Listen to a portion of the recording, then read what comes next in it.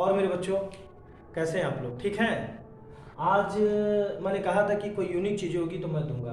तो आज मैं विश्व विरासत स्थल के बारे में, जो भारत के कुल विश्व विरासत सूची में जितने भी धरोहर हैं शामिल हैं, ऐतिहासिक स्थल हैं, भवन हैं, शहर हैं, जितने भी शामिल हैं, टोटल वर्तमान में 38 हैं। 40 है लेकिन अभी 38 का उल्लेख है। तो 38 के बारे में तुम लोग को आज हम पूर्ण डिटेल हम बताने वाले हैं। ठीक है? और आप लोग ठीक है?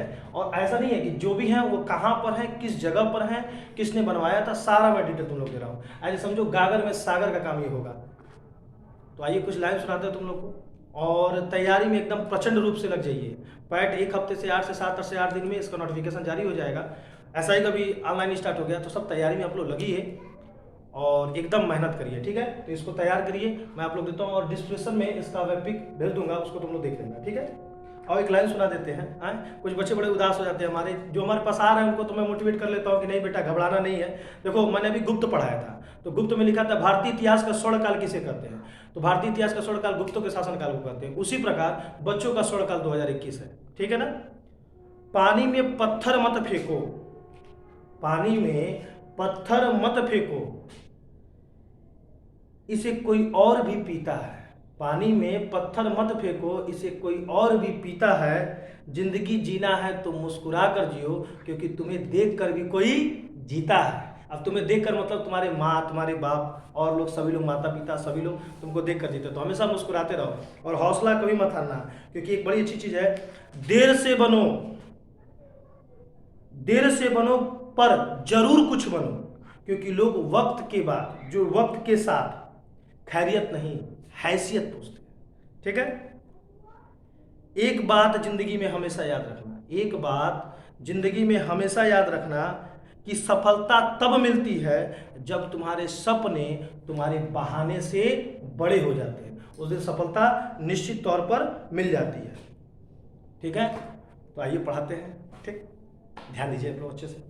विश्व विरासत स्थल की जब हम बात करते हैं तो यूनेस्को, ये जो संगठन है यूएनओ के अंतर्गत यूनेस्को जो आता है, ये इसके बारे में देखरेख करता है, जिसका मुख्यालय पेरिस फ्रांस में है। पेरिस फ्रांस, वही पेरिस जिसकी राजधानी, फ्रांस की राजधानी पेरिस अस्सी नदी के किनारे स्थित है, जिसका गठन हुआ था 16 नवंबर 1945 को। और इसके अध्यक्ष, वर्तमान में इसके अध्यक्ष है आंद्रे अजोले, वर्तमान में इसके अध्यक्ष हैं आंद्रे अजोले।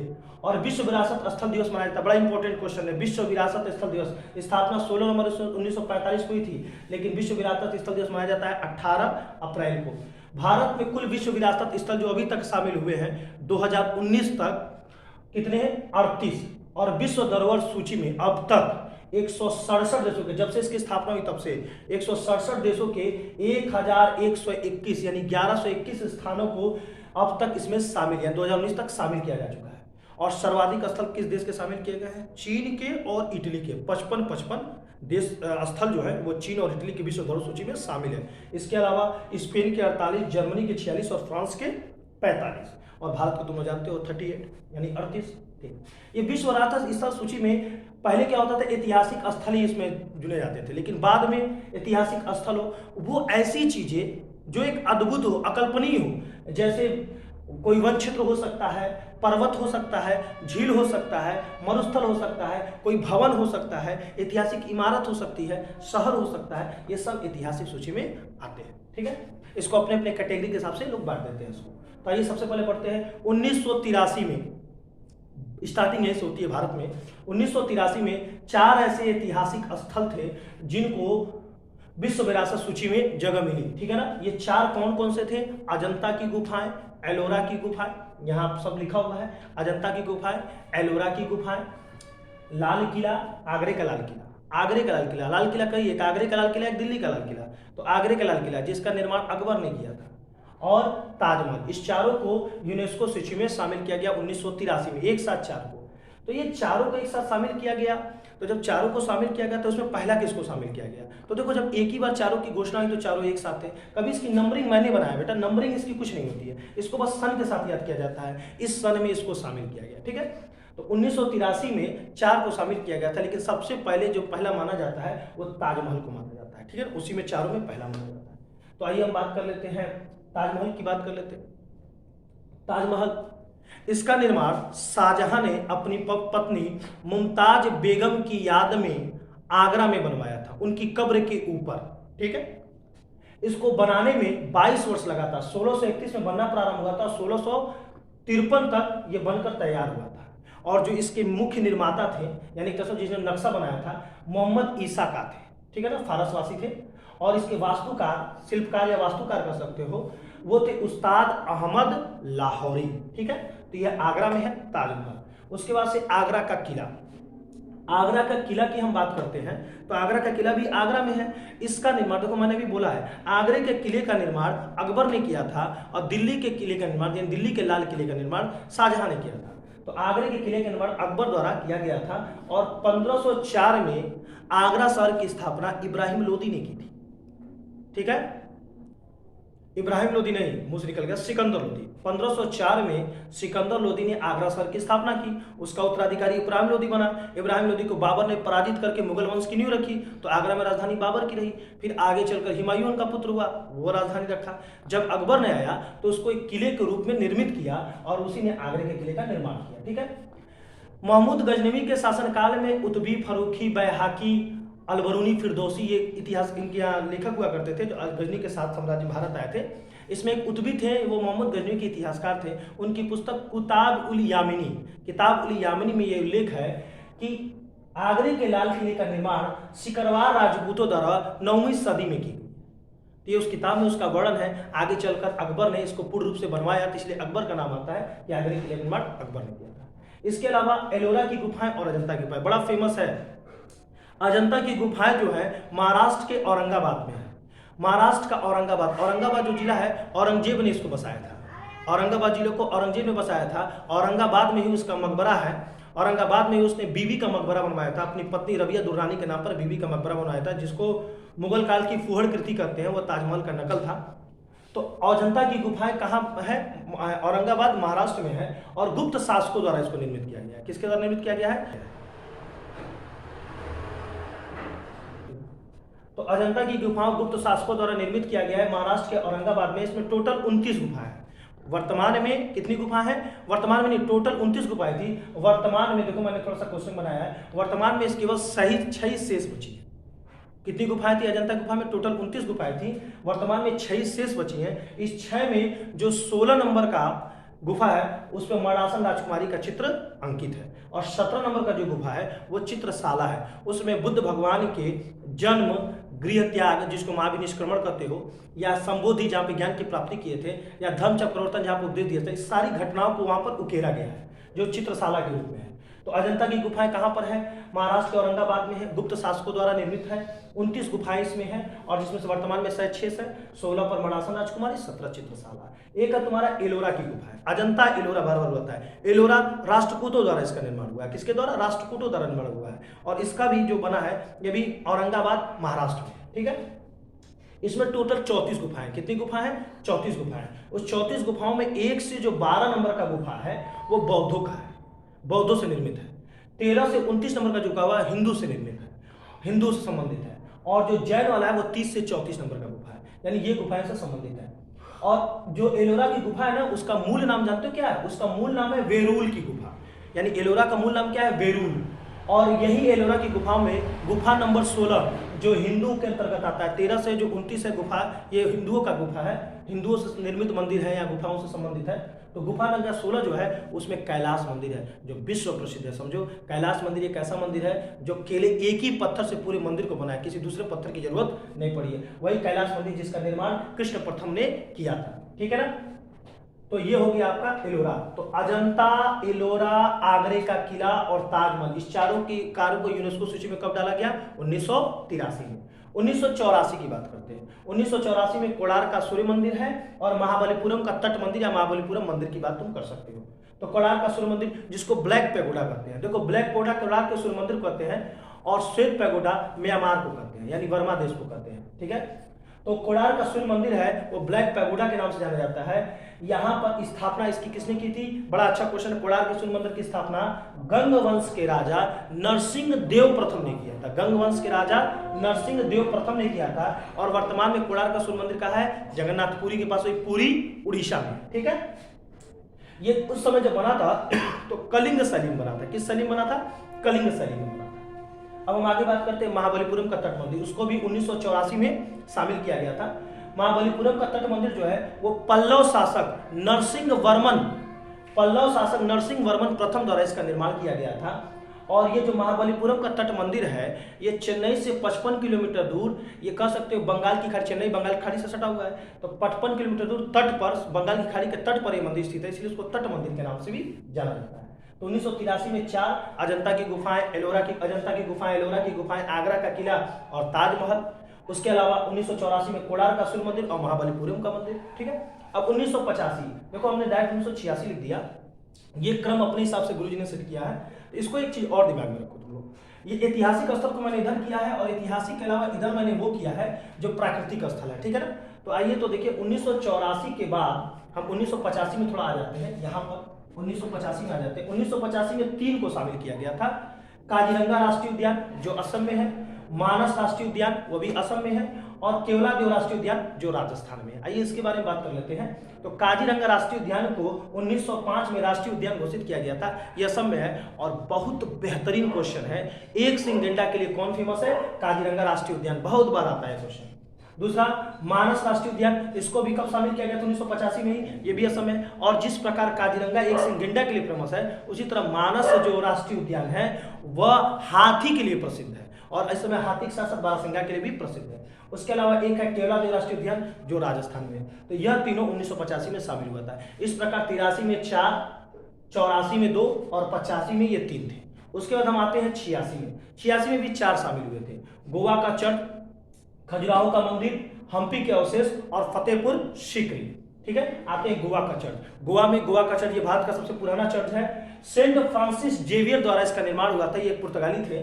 वर्तमान में इनका कब्र भी वहां पर है। ठीक है ना, तो सेंट फ्रांसिस जेवियर द्वारा पुर्तगाली थे, गोवा के चर्च का निर्माण किए थे। और वर्तमान में इसका नाम है बसिलिका बोन जीसस चर्च। वर्तमान में इसका नाम क्या है? Basilica bone Jesus church. और स्थान जो है वर्तमान में कहा है?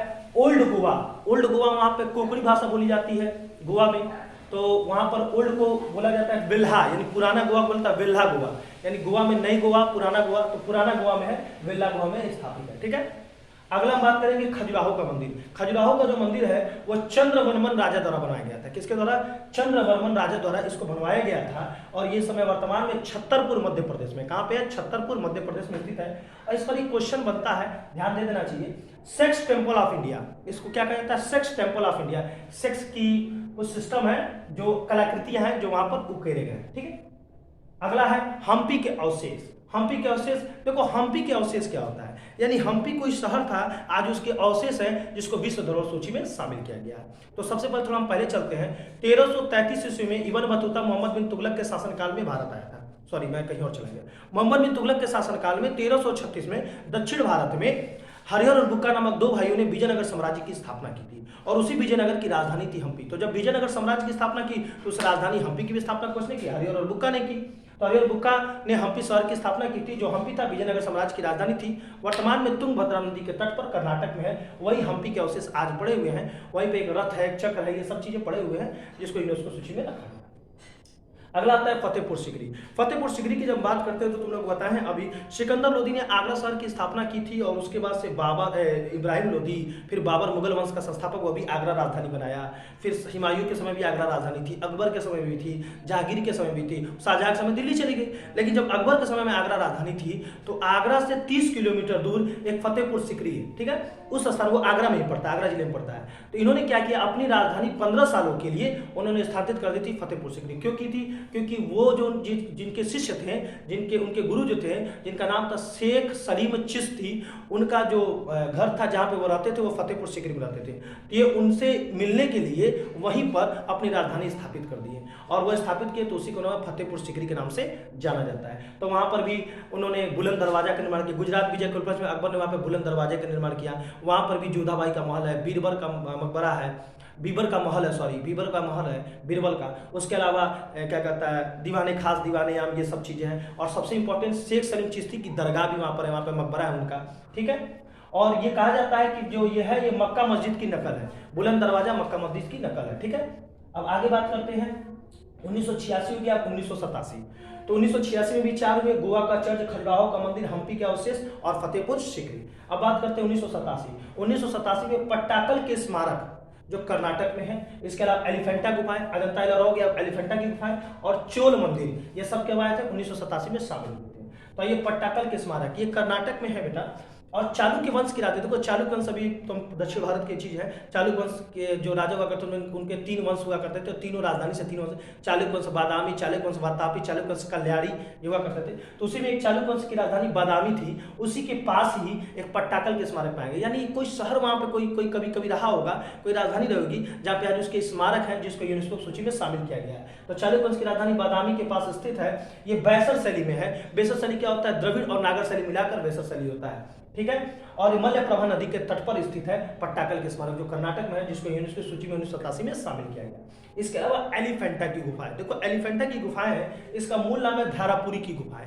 क्या नाम है? धारापुरी की गुफाएं। यहाँ पर हाथी की विशाल विशाल मूर्ति है, जिसको पुर्तगालियों ने देखकर इसका नाम रख दिया एलिफेंटा की गुफाएं, ठीक है ना। राष्ट्रकूट वंश द्वारा इसका निर्माण हुआ था। यहाँ पर 7 गुफाएं, कितनी गुफाएं? तो ध्यान दीजिएगा, अजंता में 29 गुफाएं, एलोरा में 34 गुफाएं और एलिफेंटा में 7 गुफाएं, और अर्धनारीश्वर शिव की मूर्ति यहाँ पर स्थित है। इसके अलावा कहाँ पे? महाराष्ट्र के मुंबई, ये महाराष्ट्र के मुंबई में स्थित है, वो दोनों महाराष्ट्र के औरंगाबाद में स्थित है। उसके अलावा चोल मंदिर जो तमिलनाडु में, देखो चोल मंदिर जो तमिलनाडु में है, तमिलनाडु में एक जगह है तंजौर, एक जिला है तंजौर के पास, आसपास एरिया में जितने भी मंदिर है सब वो चोल काल के मंदिर है, चोल राजाओं ने बनवाए थे, तो सब मंदिरों को मिलाकर चोल मंदिर कहा जाता है। उसी चोल मंदिर में एक फेमस मंदिर है बृहदेश्वर मंदिर, जो तंजौर में है, जिसको 1987 में यूनेस्को सूची में शामिल किया गया। यह विश्व का एकमात्र ऐसा मंदिर, अब हमारी नजर में विश्व का एकमात्र मंदिर वो भी हो सकता है। विश्व का एकमात्र मंदिर जो ग्रेनाइट पत्थरों से बना हुआ है। किससे बना हुआ है? ग्रेनाइट पत्थरों से बना हुआ है। इसकी स्थापना की थी राजा राज चोल प्रथम ने किया था, जिसको राज राजेश्वर प्रथम के नाम से भी जानते हैं, और इस मंदिर को कई लोग बोलते हैं राज राजेश्वर मंदिर बोलते हैं, ठीक है।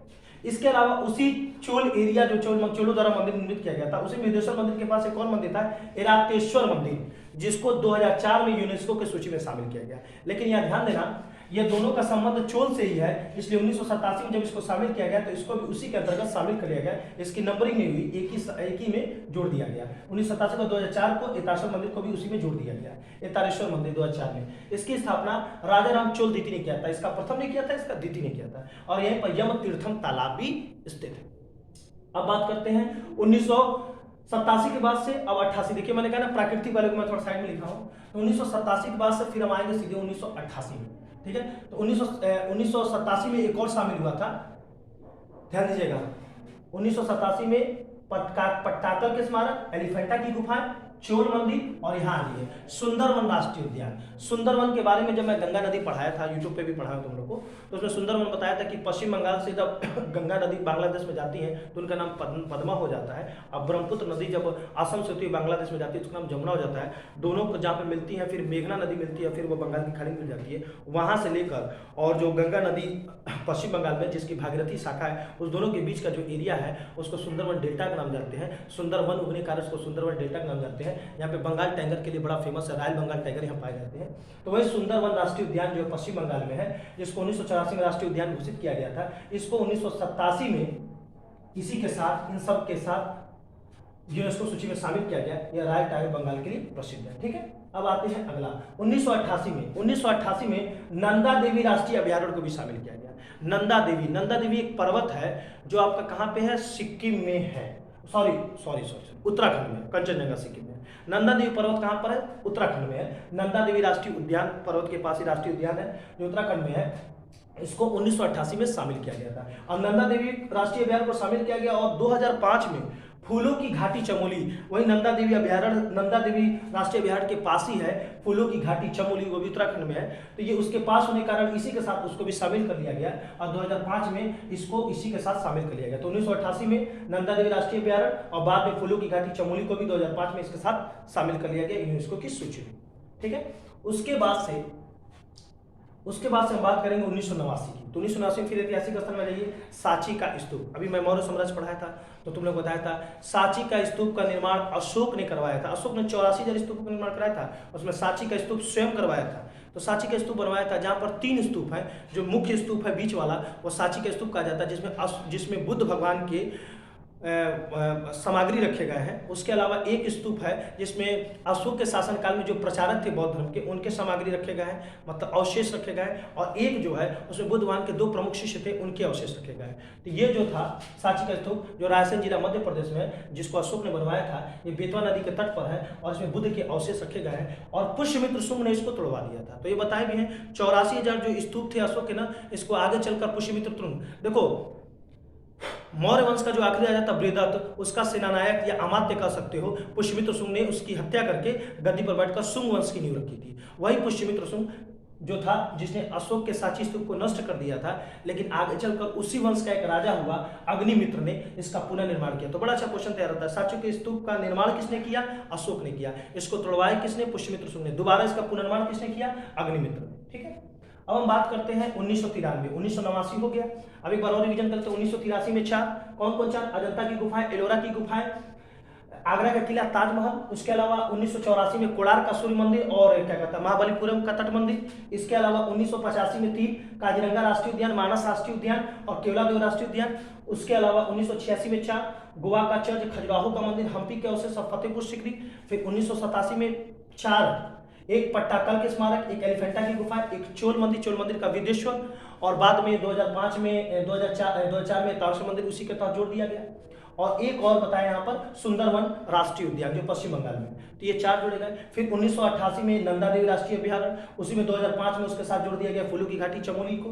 ठीक है, और 1988 के बाद सीधे 1989 में सांची के स्तूप को जोड़ा गया। इस प्रकार 19 तुम लोग को बता दिए। अब हम बात करते हैं 1993, 1989 का सीधे 1993। 1993 में 2 चीज जोड़े गए, हुमायूं का मकबरा और कुतुब मीनार। बड़ा बेहतरीन क्वेश्चन, दोनों पर तुम लोग बता देते हैं। हुमायूं का मकबरा बेटा दिल्ली में स्थित है और हमीदा बानो बेगम, हुमायूं की पत्नी थी, हमीदा बानो बेगम ने 1562 में इनका निर्माण कराया था। देखो हम लोग बार बार पढ़ते हैं, शाहजहां ने मुमताज की याद में ताजमहल का निर्माण किया। तो भी जान जाओ किसी ने अपने पति का, जैसे हमीदा बानो बेगम ने अपने पति के लिए हुमायूं का मकबरा का निर्माण किया। बड़ा सुंदर ये बना। ये समझो मुगल काल की पहली सबसे सुंदर कृति थी और दिल्ली में स्थापित मुगल काल की पहली इमारत ये मानी जाती है। 4 बाग शैली का प्रथम उदाहरण इसमें पाया जाता है। 4 बाग शैली का बहुत अच्छा क्वेश्चन, फिर से मैं रिपीट कर रहा हूँ। दिल्ली में पहली इमारत जो मुगलों की थी वो हुमायूं का मकबरा ही था। हमीदा बानो बेगम द्वारा 1562 ईस्वी में इसका निर्माण किया गया था। इसमें सबसे पहली बार 4 बाग बनाने की परंपरा की शैली का जिक्र हुआ, उदाहरण इसमें मिलता है। ये दोहरे गुंबद वाला मुगलों का पहला ऐसा मकबरा था जो दोहरे गुंबद वाला प्रथम मकबरा था। ठीक है, ये ताजमहल का पुरोगामी माना जाता है। इसी की तरह ताजमहल बना है, तो ताजमहल थोड़ा भव्य बन गया है, तो इस ताजमहल का पुरोगामी माना जाता है। इसी को देखकर ताजमहल बना है। इसके वास्तुकार थे मिर्जा ग्यास बेग। और एक और चीज बता देते हैं, मुगलों के 9 ऐसे मुगलों के शासनकाल में 9 ऐसे शासक हुए, उसमें राजा भी थे, परिवार के सदस्य भी थे, यहाँ तक कि हमीदा बानो बेगम का भी। टोटल 9 लोग ऐसे थे जिनका मकबरा हुमायूं के मकबरे के पास स्थित है। अगला बात करते हैं कुतुब मीनार। देखो कुतुब मीनार में बड़ा अच्छा क्वेश्चन बनता है। कुतुब मीनार का निर्माण कुतुबुद्दीन ऐबक, गुलाम वंश का संस्थापक कुतुबुद्दीन ऐबक। कुतुब मीनार के निर्माण गुलाम वंश का संस्थापक कुतुब ऐबक ने अपने वो जिसके शिष्य थे कुतुबुद्दीन ऐबक की स्मृति में, बख्तियार काकी की स्मृति में इसका निर्माण किया था। बख्तियार काकी चिश्ती संप्रदाय के एक संत थे। तो बख्तियार काकी की स्मृति में कुतुबुद्दीन ऐबक ने कुतुब मीनार की नींव दिल्ली में रखी। जब उसका नींव रखा उसने, तो उसका भी 1 मंजिला बनवाते, प्रस्तावित क्या था, उसने 1 मंजिला बनवाया, तब तक वो मर गया। कौन? कुतुबुद्दीन ऐबक। तो उनका जो दामाद था इल्तुतमिश, उन्होंने इनके इस अधूरे काम को पूरा किया, यानी कुतुब मीनार को पूरा कराया। कुतुब मीनार को जब कंप्लीट किया गया तो 4 मंजिला था और 225 फीट इसकी हाइट थी। आगे चलकर जब तुगलक वंश आया, गुलाम वंश के बाद खिलजी वंश, फिर तुगलक वंश में जब फिरोज तुगलक का शासनकाल, फिरोज तुगलक का शासनकाल यानी तुगलक वंश में आया, तो गयासुद्दीन तुगलक, फिर मोहम्मद बिन तुगलक, फिर फिरोज तुगलक के शासनकाल में आकाशीय बिजली इसके 4थी मंजिल पर गिर गई, जिससे 4था मंजिल इसका ध्वस्त हो गया। तो फिरोज तुगलक ने इस 4थी मंजिल को हटाकर उसमें 2 मंजिल और बना दिए। इस प्रकार 3, 2, 5 मंजिल वर्तमान में है और हाइट इसकी 234 फीट, यानी 225 से सीधे कितनी हो गई? 234 फीट। ठीक है, ये तो तुम लोग जान गए। और सिकंदर लोदी के शासनकाल में, जब तुगलक वंश के बाद फिर सैयद वंश, फिर खिलजी लोदी वंश आया, और लोदी वंश में जब सिकंदर लोदी नहीं आए, तो सिकंदर लोदी ने क्या किया था, इसका क्या किया था, एक बार क्या कहता है मरम्मत कराया था। इसका मरम्मत कौन कराया था? सिकंदर लोदी ने कराया था। तो बड़ा अच्छा क्वेश्चन है। कुतुब मीनार की नींव कुतुबुद्दीन ऐबक ने रखी, पूरा कराया उसका दामाद इल्तुतमिश ने। फिरोज तुगलक ने उस पर 5वीं मंजिल का निर्माण कराया और आगे चलकर सिकंदर लोदी ने उसकी मरम्मत कराई। और इसके अलावा एक बेहतरीन क्वेश्चन देते हैं, मेहरौली दिल्ली में स्थित है कुतुब मीनार, अफगानिस्तान स्थित जाम मीनार से प्रेरित है। ये अभिज्ञान स्थित जाम के मीनार से ये प्रेरित है। इसकी नींव रखी थी कुतुबुद्दीन ऐबक, और जो तुम लोग को मैंने बता दिया है, ठीक है।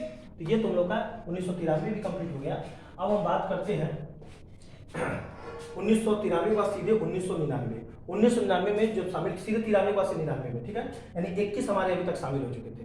22वां शामिल हुआ सीधे 1999 में, जो है भारत का पर्वतीय रेल दार्जिलिंग रेलवे पश्चिम बंगाल। अब देखो, भारत का एक पर्वतीय रेल है, पर्वतीय रेल पर्वतीय क्षेत्र में जो रेल चलती है वो दार्जिलिंग रेलवे माना जाता है, पश्चिम बंगाल में है। इसको शामिल कर लिया गया 1999 में। और ये क्या है, तो देखो वहां पर पश्चिम बंगाल, दार्जिलिंग पहली बात कहाँ पे है, दार्जिलिंग पश्चिम बंगाल में है। ये ऐसे जगह पर है जो सिक्किम से भी कुछ सटा हुआ है, सिक्किम के नजदीक पड़ता है, ठीक है ना। तो ये न्यू जलपाईगुड़ी से दार्जिलिंग तक एक सफर है 75 किमी का, जो बड़ा ही सुंदर और मनमोहक सफर है। दोनों तरफ पर्वत है, झील है, झरने हैं, बड़ा खूबसूरत है। तो ट्रेन चलती है, वो कौन ट्रेन चलती है, ट्राई ट्रेन चलती है। टीवी में देखते हो कि फिल्मों की शूटिंग वहाँ पर होती है। तो भारत की पर्वतीय रेलवे दार्जिलिंग जो रेलवे पश्चिम बंगाल में है, न्यू जलपाईगुड़ी से दार्जिलिंग तक चलती है, 75 किमी की एक ट्रेन चलती है, ट्राई ट्रेन। इस एरिया को, इस रेलवे जोन के एरिया को शामिल किया गया यूनेस्को की सूची में सन 1999 में। आगे चलकर इसी का देखा देखी 2005 में नीलगिरी रेलवे जो तमिलनाडु में है 1908 में, इसको भी इसी के तहत, इसी श्रृंखला में रखकर इसको भी शामिल कर लिया गया 2005 में। फिर आगे तो काउंटिंग एक ही की होगी, क्योंकि सबका सिस्टम एक ही है जब सब पर्वतीय रेलवे है। उसके बाद से 2008 में कालका शिमला रेलवे को, जो हिमाचल प्रदेश में 1903 में शामिल किया गया। तो नीलगिरी रेलवे, जो नीलगिरी की पहाड़ी, नीलगिरी की सबसे ऊंची चोटी दोदा बेटा, तुम लोग जानते हो। नीलगिरी दक्षिण भारत का समझो एक तरह से वो आखिरी वो छोर है, जो पर्वत का जो पश्चिमी घाट पूर्वी घाट का बिंदु है। तो यहाँ पर ये नीलगिरी श्रेणी है, तो उसमें बड़े मनमोहक वो जो ट्रेन जाती है, चारों तरफ पहाड़ी है, झील है, झरने हैं। उसी तरह कालिका शिमला रेलखंड जो हिमाचल प्रदेश में है, यहाँ पे कई बड़े अच्छे अच्छे पहाड़ों के बगल से रास्ते गए हैं, कितने इसके सुरंग के अंदर से गुजर के कालिका शिमला रेलखंड, बड़ा मनमोहक ये सब चीज है। इसको यूनेस्को सूची में शामिल कर लिया गया, ठीक है। तो 22वां हमारा शामिल हो गया भारतीय रेलवे दार्जिलिंग, जो पश्चिम बंगाल में था 1999 में। आगे चलकर 2005-08 में इसमें नीलगिरी रेलवे और कालका शिमला रेलवे भी शामिल हो गए। इनकी काउंटिंग नहीं होती, इन्हीं के आधार पर हमने जोड़ दिया।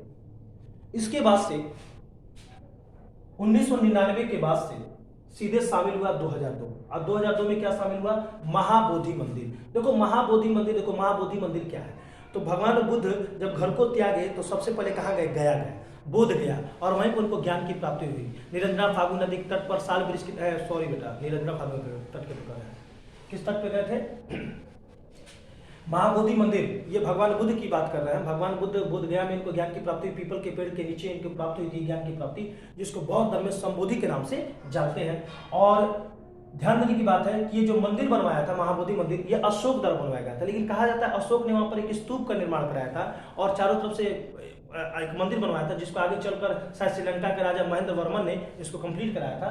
तो ये महाबोधि मंदिर वहां पर है, जिसको यूनेस्को सूची में 2002 में शामिल कर लिया गया, 23वां है, ठीक है। इसके अलावा 24वें की बात करेंगे, सन 2023 में 24वां जो शामिल हुआ हमारा विश्व विरासत सूची स्थल में, हमारा 24वां जो स्थल शामिल हुआ वो था भीमबेटका की गुफा, 2003 में शामिल हुआ। ये भी रायसेन मध्य प्रदेश में, सांची के स्तूप के पास ही है भीमबेटका की गुफा है, रायसेन मध्य प्रदेश में।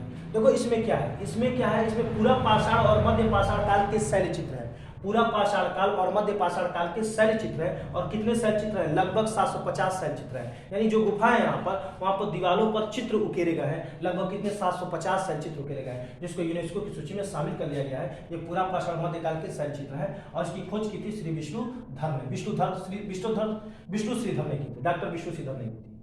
उसके बाद से 2004 में चंपानेर पावागढ़ पार्क को, जो गुजरात में, इसको यूनेस्को सूची में शामिल किया गया। मैंने बताया था ना, वन क्षेत्र हो, पर्वत हो, झील हो, मरुस्थल हो, भवन हो, शहर हो, सब शामिल किया जा सकता है। तो 2004 में जो 25वां शामिल किया गया, चंपानेर पावागढ़ पार्क, दिन भर बोला हूँ इसलिए थोड़ा दिक्कत हो रही है मेरे बच्चों। चंपानेर पावागढ़ पार्क गुजरात में है। ये भारतीय पुरातत्व दायरे के अंतर्गत आता है, जिसमें 38 स्मारक आते हैं। यानी गुजरात के पास एक जगह है चंपानेर पावागढ़ पार्क है, यानी एक वहाँ एरिया है जहाँ पर पुरातत्व साक्ष्य करीब करीब 38 स्मारक आते हैं। उस पूरे स्मारक को पार्क के रूप में देकर इसको यूनेस्को में शामिल कर दिया गया। उसके बाद से 2004 के बाद से आप देखिएगा इधर 2004 में एक और चीज को शामिल किया गया था, छत्रपति शिवाजी टर्मिनल। ये महाराष्ट्र में है, महाराष्ट्र में रेलवे स्टेशन है छत्रपति शिवाजी टर्मिनल, CST जिसको बोलते हैं, ठीक है ना।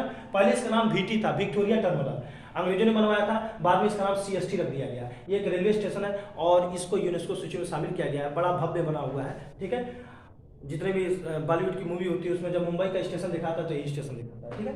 उसके बाद 2007 में, 2004 के बाद सीधे 2007 में 27वां जो शामिल हुआ यूनेस्को की सूची में वो था लाल किला। ठीक है, लाल किला की बात करते हैं। इसका निर्माण शाहजहां ने 1639 में करवाया था। शाहजहां ने इस लाल किले का निर्माण जो दिल्ली में है, देखो आगरे का लाल किला का निर्माण अकबर ने कराया था, दिल्ली के लाल किले का निर्माण शाहजहां ने कराया था, लाहौर के लाल किले का निर्माण अकबर ने कराया था, इलाहाबाद किले का निर्माण अकबर ने कराया था। ये सब चीजें हैं। ठीक है, तो लाल किले का निर्माण शाहजहां ने 1639 में दिल्ली में कराया था, जिसके शिल्पकार थे हमीद और अहमद। लाल बलुआ पत्थर से बनने के कारण इसको लाल किला के नाम से जाना जाता है। इसे किला ए मुबारक भी कहते हैं, औरंगजेब इसको किला ए मुबारक भी कहता था। ठीक है, और एक क्वेश्चन भी एग्जाम में आता है कि किस किले को किला ए मुबारक कहते हैं, तो दिल्ली के लाल किले को किला ए मुबारक कहते हैं, और इसी पर नरेंद्र मोदी जी खड़ा होकर भारत का झंडा फहराते हैं। ठीक है ना। इसका मुख्य गेट है लाहौरी गेट, जो इसका दक्षिणी गेट है। इसका दक्षिणी गेट जो पीछे वाला गेट है वो लाहौरी गेट है, और लाहौरी गेट के सामने ही चांदनी चौक बाजार है। ठीक, आगे बात करते हैं। सदी 2007 के बाद से 2010 में जंतर मंतर इसमें शामिल हुआ। यूनेस्को की सूची में 28वां जो शामिल हुआ वो जंतर मंतर था। देखो हमारे भारत में 5 जगह जंतर मंतर बनाए गए थे, दिल्ली, मथुरा, उज्जैन, वाराणसी और जयपुर। जिसमें से वर्तमान में वाराणसी वाला जो जंतर मंतर है वो खंडित हो चुका है। वर्तमान में दिल्ली में जंतर मंतर, मथुरा, उज्जैन और जयपुर का जंतर मंतर है, जिसको लोग देखने जाते हैं। और ये जंतर मंतर जानते क्या था? ये खगोलीय वेधशाला, पुराने जमाने में इसको खगोलीय वेधशाला के रूप में प्रयोग किया जाता था। तो इस पांचों में से जो जयपुर वाला जंतर मंतर है, इसी को यूनेस्को की सूची में शामिल किया गया था 2010 में। यह सवाई राजा जयसिंह द्वारा बनवाया गया था। ठीक है,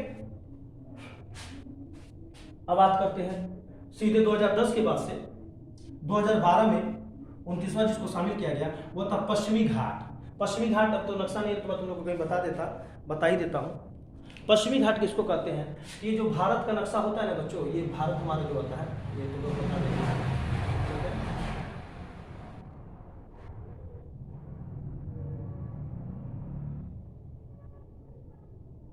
ये जो हमारा भारत है, ये चल जाए इतना छोटे में कैसे बनेगा, लेकिन गुरु जी बना देते हैं आपके। ठीक है ना, ठीक है, आपको समझाने के लिए बना देते हैं। ठीक है, ये भारत बन गया आपका। ठीक है, इस भारत में ये गुजरात से लेकर और यहाँ तक ये जो एरिया है अरब सागर वाला, ये जो एरिया है ये पश्चिमी घाट कहलाता है। ठीक है, ये पश्चिमी घाट कहलाता है। इसी को यूनेस्को सूची में शामिल किया। इसको सादरी की पहाड़ी के नाम से भी जाना जाता है। ठीक है, इसमें 3 तट आते हैं। गुजरात से लेकर गोवा तट को कोपर तट कहते हैं, गोवा से लेकर कर्नाटक के तट को केंद्रा तट कहते हैं, और कर्नाटक के तट से लेकर कन्याकुमारी तट को मालाबार तट कहते हैं। ठीक है, तो ये जो पूरा एरिया है ये 2012 में शामिल किया गया। 29वां जो था पश्चिमी घाट को शामिल किया गया था। अब आगे बात करते हैं हम 2013, ये बड़ा इंपॉर्टेंट है, थोड़ा ध्यान दीजिएगा। तो 2013 में 30वां जो स्थान शामिल किया गया वो राजस्थान के 6 पहाड़ी किले को शामिल किया गया। एक ही साथ 6 को एक ही रेंज में शामिल कर लिया गया। 30वां नंबर लेकर 2013 में यूनेस्को की सूची में शामिल कर लिया गया। इसमें कौन कौन था? आमेर का किला, गागराउंड का किला, कुल्लभगढ़ का किला, रणथंभौर का किला, चित्तौड़गढ़ का किला और जैसलमेर का किला। जिसमें आमेर का किला राजा मान सिंह ने बनवाया था, जो जयपुर में। ठीक है, गागराउंड का किला, इसका नाम तो नहीं लिखे, लेकिन ये झालवाड़ स्थान जगह पे इसलिए इसको झालवाड़ का किला के नाम से भी जानते हैं। कुल्लभगढ़ का किला महाराणा कुंभा ने इसका निर्माण किया था, और बताया जाता है कि यहाँ पर अशोक के पौत्र जो संप्रति थे, पढ़ा तुम लोग, अशोक के पौत्र, अशोक के पुत्र कुणाल, कुणाल के पुत्र संप्रति, अशोक के पौत्र जो संप्रति थे उन्हीं का नाम यहाँ पर मिलता है। बताया जाता है कि इसका निर्माण पहले उन्होंने किया था, बाद में महाराणा कुंभा ने उसको अच्छा रूप दिया था। ठीक है, जो भी तो आपको याद करना, कुल्लमगढ़ का किला महाराणा कुंभा ने बनाया था। रणथंभौर का किला चौहान राजा, पृथ्वीराज चौहान का नाम सुनो ना, तो उनके चौहान तो पृथ्वीराज चौहान तिथि थे, तो चौहान जो वंश हुआ करता था उसके एक राजा होता है रणथंभन देव, उन्होंने रणथंभौर का किला बनवाया था। इसके बाद चित्तौड़ का किला जो है वो भीलवाड़ जगह पे स्थित है, और पद्मावती के नाम से फेमस भी है। पद्मावती जी का एक किला माना जाता था, यहीं पर रहती थी। और जैसलमेर का किला जो रावल जैसल के नाम द्वारा बनवाया गया था। तो ये 2013 में इसको सूची में शामिल किया गया। उसके बाद से 31वां जो आया, जो मोस्ट इंपॉर्टेंट क्वेश्चन है, वो है रानी की वाव। 2014 में इसको शामिल किया गया, और आपको मालूम है 100 के नोट में रानी की वाव के ही चित्र अंकित है, जो गुजरात के पाटन जिले में, पाटन बोला जाता है, पाटन जिले में स्थित है। वाव का मतलब होता है, वाव या बावड़ी होता है, जिसका अर्थ होता है सीढ़ीदार कुआं। कैसा होता है? सीढ़ीदार कुआं या घुमावदार कुआं होता है। यानी पहले के जमाने में जब रानी नहाया करती थी तो बड़े बड़े कुआं हुआ करते थे, तो किनारे किनारे सीढ़ी के आकार में नीचे तक सीढ़ी जाती थी। कुएं एकदम भाई नीचे तक कुआं हुआ करता था, उसमें बोरिंग वोरिंग ये सब थोड़ा हुआ करता था, नीचे तक हुआ करता था। तो सीढ़ीदार घुमावदार कुआं था, तो महिला नीचे जाकर नहाती थी, उसी को कहते हैं रानी की वाव। वाव यानी बावड़ी मतलब सीढ़ीदार कुआं हुआ करता था। इसकी स्थापना 1063 में सोलंकी शासकों ने किया था बेटा, और ये 7 मंजिला है। बड़ा अच्छा क्वेश्चन है, कभी देखना 100 के नोट में जो बावड़ी बनी उसमें कितने मंजिला है। ये 7 मंजिला वाव है, जो मारू गुर्जर शैली में बना हुआ है। और कहा जाता है कि भीमदेव प्रथम के शासनकाल में, जब भीमदेव प्रथम हुआ, वही भीमदेव प्रथम जिसने मोहम्मद गौरी को बड़ी बुरी तरह से पीटा था, हराया था, मैं बताया तुम लोग को। तो भीमदेव प्रथम जो थे, भीमदेव प्रथम के शासनकाल में उनकी रानी जो हुई थी उदयमार्ग, उन्हीं के उदयामार्ग, उन्हीं के नाम पर रानी की वाव इसको रखा गया था, उनसे संबंधित था। अब 2014 के बाद से हम बात करेंगे 2014 में एक और शामिल किया गया, the great Himalayan national park, जो कहाँ पे, हिमाचल प्रदेश में। हिमाचल प्रदेश में the great Himalayan national park को 32वां स्थान मिला और 2014 में यूनेस्को सूची में शामिल हुआ, जो जैव विविधता के लिए प्रसिद्ध है। ठीक है, जैव विविधता के लिए प्रसिद्ध है। और अभी हाल ही में हिमाचल प्रदेश में ही लाइकेन पार्क की स्थापना हुई है। ठीक है, अब आगे बात करते हैं। उसके बाद से 2016 में जिसको शामिल किया गया, 3 को शामिल किया गया, नालंदा महाविहार, कैपिटल कॉम्प्लेक्स और कंचनजंगा राष्ट्रीय पार्क, ये तीनों को शामिल किया गया 2016 में। ठीक है, तो आइए किसी की बात करते हैं। पहले नालंदा महाविहार की बात करते हैं। अभी तुम लोग को गुप्त पढ़ा रहे थे तो मैंने तुम लोग बताया था, कुमार गुप्त के शासनकाल में नालंदा विश्वविद्यालय की स्थापना हुई थी 450 ईस्वी में, जो कहाँ पे, नालंदा बिहार में है। इसको नष्ट किसने किया था, बख्तियार खिलजी ने। बख्तियार खिलजी मोहम्मद गौरी के शासनकाल में सेनानायक था। जब मोहम्मद गौरी चला गया तो फिर कुतुबुद्दीन का सेनानायक हो गया, क्योंकि कुतुबुद्दीन मोहम्मद गौरी का गुलाम था। यह वही था बख्तियार खिलजी जिसने पहले विक्रमशिला विश्वविद्यालय को तोड़ा और बाद में नालंदा विश्वविद्यालय को इसी ने ध्वस्त किया था। ठीक है ना। और ये विश्व का प्रथम आवासीय महाविद्यालय है। आवासीय महाविद्यालय मतलब पहला छात्रावास जो है विश्वविद्यालय वाला कौन था, तो नालंदा विश्वविद्यालय था, जिसकी खोज फ्रांसिस बुकानन ने की थी। अब ये फ्रांसिस बुकानन कहाँ से आएगा बेटा, तो ध्यान सुनिएगा। नालंदा महाविद्यालय की स्थापना कुमार गुप्त ने की थी, जिसको नष्ट किया था बख्तियार खिलजी ने, लेकिन इतना नष्ट कर दिया था, उसको तहस नष्ट कर दिया था, उसके नींव की ईंटें तक निकाल दिए थे। लेकिन आगे चलकर फ्रांसिस बुकानन ने खोज की कि वही जगह जहाँ पर नालंदा विश्वविद्यालय था।